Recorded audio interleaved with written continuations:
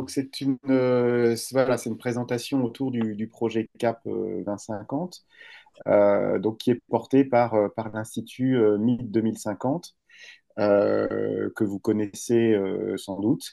On travaille avec le grand nombre de nos membres et adhérents au sein de la filière maritime pour mettre en place des projets de recherche et d'innovation industrielle autour de la décarbonation. On porte le projet CAP 2050, là, dont on va parler aujourd'hui, autour de la modélisation de trajectoires de décarbonation. Donc, vous le savez tous, je pense, hein, qui est présent et qui vous intéressez à ces questions-là, le maritime est un secteur qu'on présente traditionnellement comme l'un des plus difficiles à décarboner. Aujourd'hui, il y a une grande variété de segments de flotte, de types de navires, et qui sont opérés de manière très diverse et également. Donc, on a cette grande diversité d'opérations qui impliquent des navires qui ont des puissances et des autonomies très larges, beaucoup plus larges que sur certaines autres mobilités.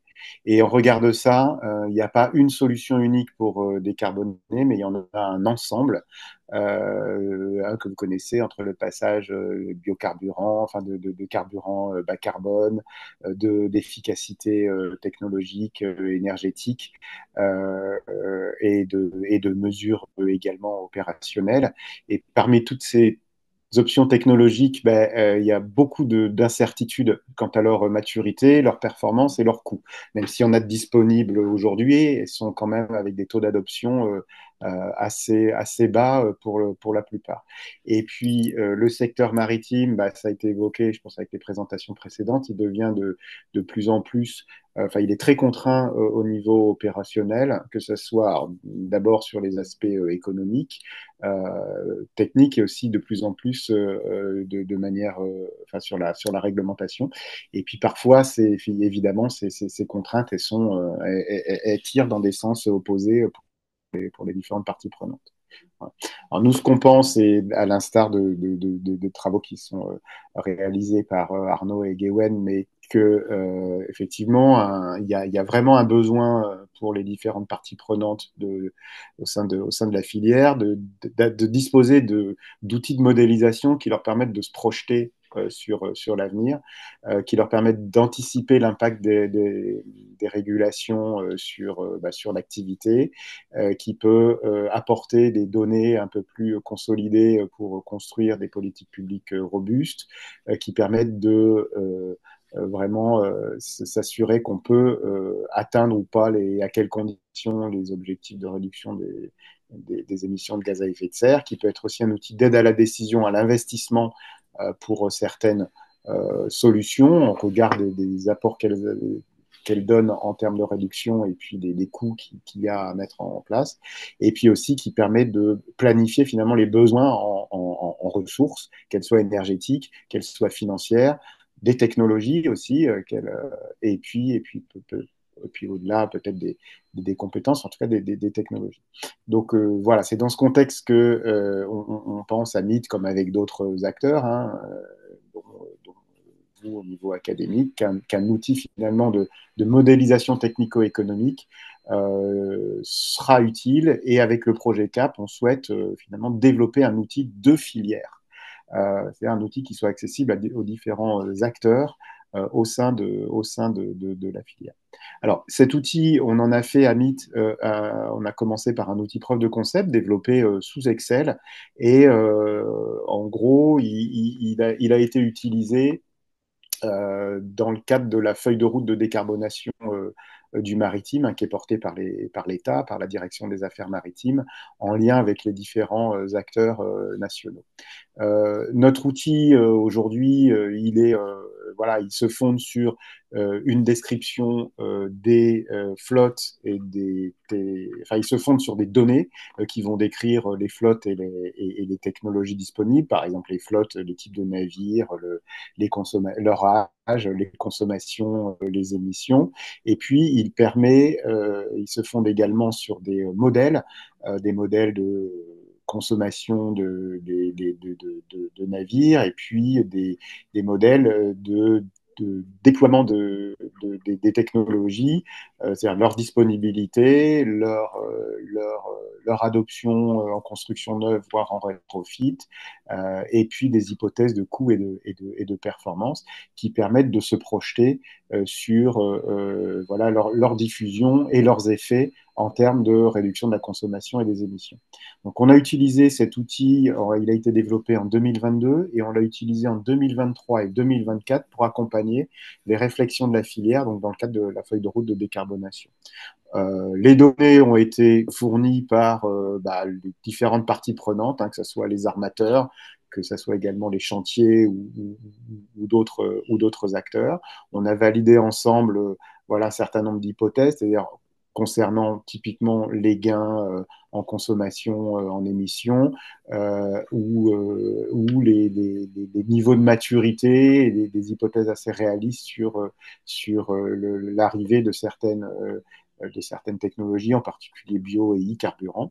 Et puis, on a travaillé, donc là, vous avez les deux graphiques qui illustrent le travail qui a été réalisé. Le premier en haut, là, c'est un scénario un peu idéal de décarbonation du maritime sur le périmètre maritime national français, comparé aux objectifs de l'Organisation maritime internationale, alors avant et après 2023, là où il y a eu voilà, un effort drastique. Donc, théoriquement, on a montré qu'on pouvait suivre le trajectoire OMI, alors voilà, après avec des moyens importants à allouer.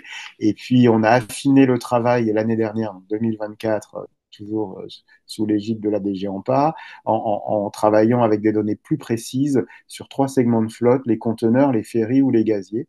Et donc, vous avez par exemple sur le graphique du bas, là, l'ensemble voilà, un scénario, l'ensemble des émissions euh, cumulées sur ces trois segments.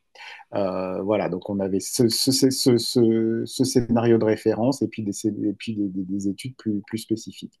Alors évidemment, en faisant ce travail-là, non, attends, Nathalie, il manquait une chose rapidement. Oui, en faisant ce travail-là, on a eu effectivement différents challenges et qui restent encore des questions largement ouvertes, qui sont le premier, c'est le périmètre de référence qu'on prend pour les émissions. Ça, c'est une vraie question. Est-ce qu'on se dit que le maritime, enfin, les émissions, c'est aujourd'hui, on se fonde sur les statistiques de vente de carburant et c'est la méthode voilà, de soutage qui permet de définir le périmètre de référence, alors qu'il y aurait d'autres périmètres possibles, notamment liés à la part qu'occupe le maritime dans le national, dans le maritime international, et on pourrait prendre une plus juste estimation des émissions qui sont dues à l'activité qui bénéficie à la France. Donc ça, il y a vraiment une vraie question sur ce périmètre des émissions.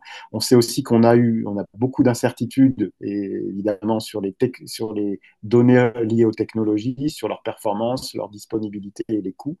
Et puis aussi, on a des questions qui se posent sur nos choix de modélisation, où aujourd'hui on décrit de manière moyenne les flottes avec des profils opérationnels très simplifiés et que, par exemple, on va traiter à peu près de la même façon les containers, les ferries et les gaziers en termes de modélisation de la consommation, alors qu'on pourrait être beaucoup plus spécifique segment par segment. Donc voilà, on a tout un travail, on a identifié les limites de notre approche. Tu peux passer, Nathalie, la dernière slide. Du coup, notre prochaine étape, là, c'est par rapport au projet. Alors oui, par rapport à ces incertitudes quand même, sur la droite, là, vous avez les projections qui ont été réalisées avec les scénarios là, français qu'on a établis de manière globale. Vous les voyez, ce sont les points rouges. Là, donc, c'est les réductions des émissions 2030, 2040, 2050.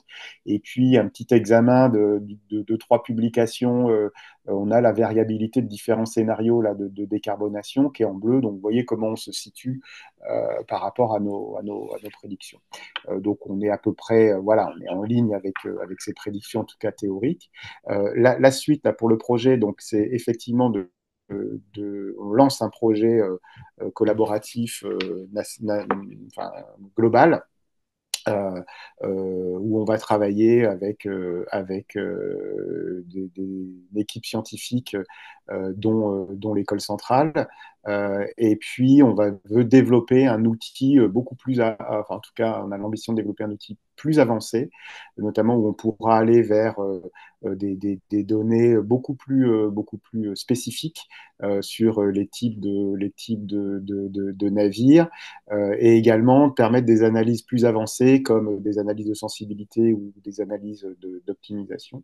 Donc ce projet, il a démarré là depuis un an, mais il décolle, en tout cas il prend la haute mer, on va dire, ce mois-ci. Donc on va avoir un kick-off, enfin, un premier comité de pilotage là au mois de mai, et on va engager notre équipe scientifique sur l'amélioration des modèles, travailler avec un prestataire informatique pour développer un vrai outil digne de ce nom, pas sur un environnement Excel.